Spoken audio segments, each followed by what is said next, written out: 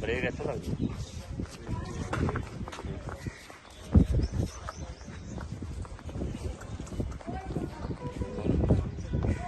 ਉਹਨਾਂ ਬੁਲਾਓ ਯਾਰ।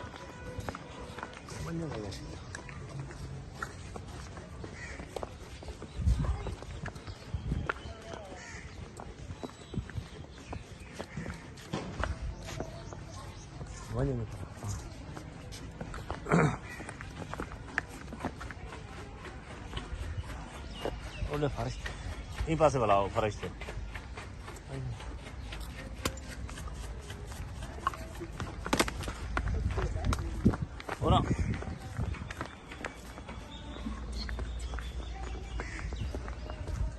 और हटाओ और